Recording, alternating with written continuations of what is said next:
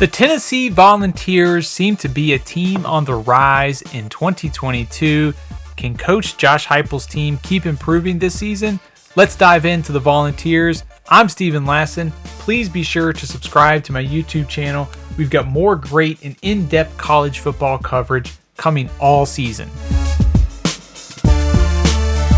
Let's start by taking a look back at last year. Tennessee finished 7-6. That was a big improvement off of the 3-7 finish in Jeremy Pruitt's last year in 2020. 3 of the Tennessee's 6 losses came by 1 score. However, there was a significant gap to Alabama and Georgia. So although Tennessee was better, they lost to Alabama and Georgia by a combined score of 93-41. So clearly, this program is improving, but at the same time, there's still a ways to go to get to the top of the conference. When Josh Heupel was hired, there was no doubt that Tennessee's offense was going to improve last season, and it showed up on the stat sheet. Tennessee averaged 39.3 points a game last season. That's a huge upgrade from the 21 points a game that they were averaging the previous year. Also, it showed up in yards per play. Tennessee 6.5 yards per play last season, up from 5.3. Tennessee also had 23 plays of 40 yards or more after having only 3 in 2020. So clearly, the offense was significantly more productive. They bring back 8 returning starters this year. Quarterback Hendon Hooker, really the catalyst for this offense. 31 touchdowns to just 3 interceptions last year. I think he's probably among the SEC's best quarterbacks again. Maybe a fringe Heisman candidate if he continues to put up big numbers. Jabari Small returns at running back after rushing for nearly 800 yards. Cedric Tillman, it was a big-time playmaker for this offense last season. They do lose Velus Jones and Javonte Payton.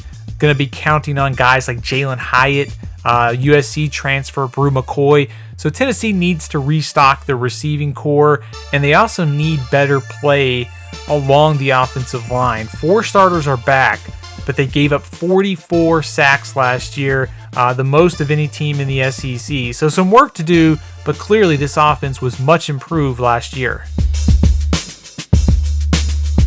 We know Tennessee is going to be able to score points this year, but if there's a concern about this team, it's the defense. 6 returning starters for 2022. Last season, 7 of the 13 opponents that Tennessee faced scored 30 or more points in conference games.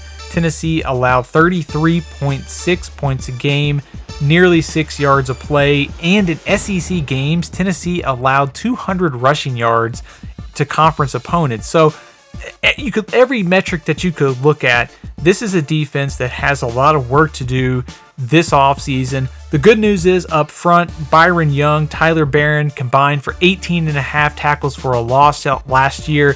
Those 2 guys are back. Jeremy Banks should be among the SEC's best linebackers.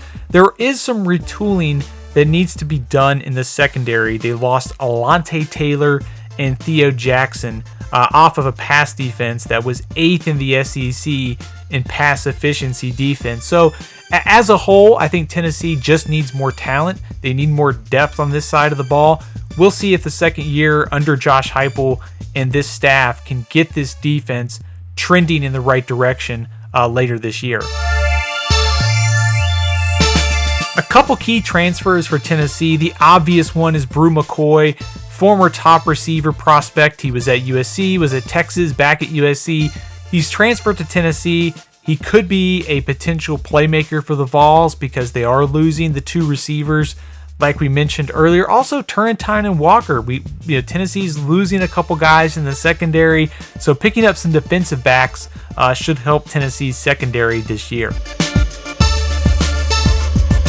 The schedule is not easy for Tennessee coming into this year. They have a non-conference game at Pitt, and at SEC play, their crossover is at LSU, and they host Alabama. So you could argue that the Volunteers have one of the toughest crossovers in the SEC. Also, not to mention, there's games against Florida. There's a road trip to Georgia and South Carolina, but Kentucky comes to Knoxville in a game that could be fairly important for positioning within the SEC East. The over-under for Tennessee coming into the offseason is 7.5 over at FanDuel. I think we look at the keys to the season for the Volunteers. Can the offense continue to improve with the new receiver stepping in? The offensive line is going to have to play better too and protect Hendon Hooker. What's the next level? After averaging 39.3 points a game, can they elevate that group to another notch? Defensively, just more improvement is needed. It's obvious that this group is, in the middle to the back of the SEC. We'll see if this year, if just having another offseason will help get this defense back on track. I think when you look at where Tennessee is, if Georgia and Alabama, Texas A&M are the clear top 3 teams in the SEC going into the season, but there's that second tier. Tennessee fits right in that second tier. I think they're ahead of Kentucky this year, top 25 team. The question will be, can Tennessee close the gap to Georgia and Alabama? And that's what we'll find out on field this year. I like the Volunteers as a top 25 team, second in the SEC East, and what would be a step forward for Coach Josh Heupel in his second year.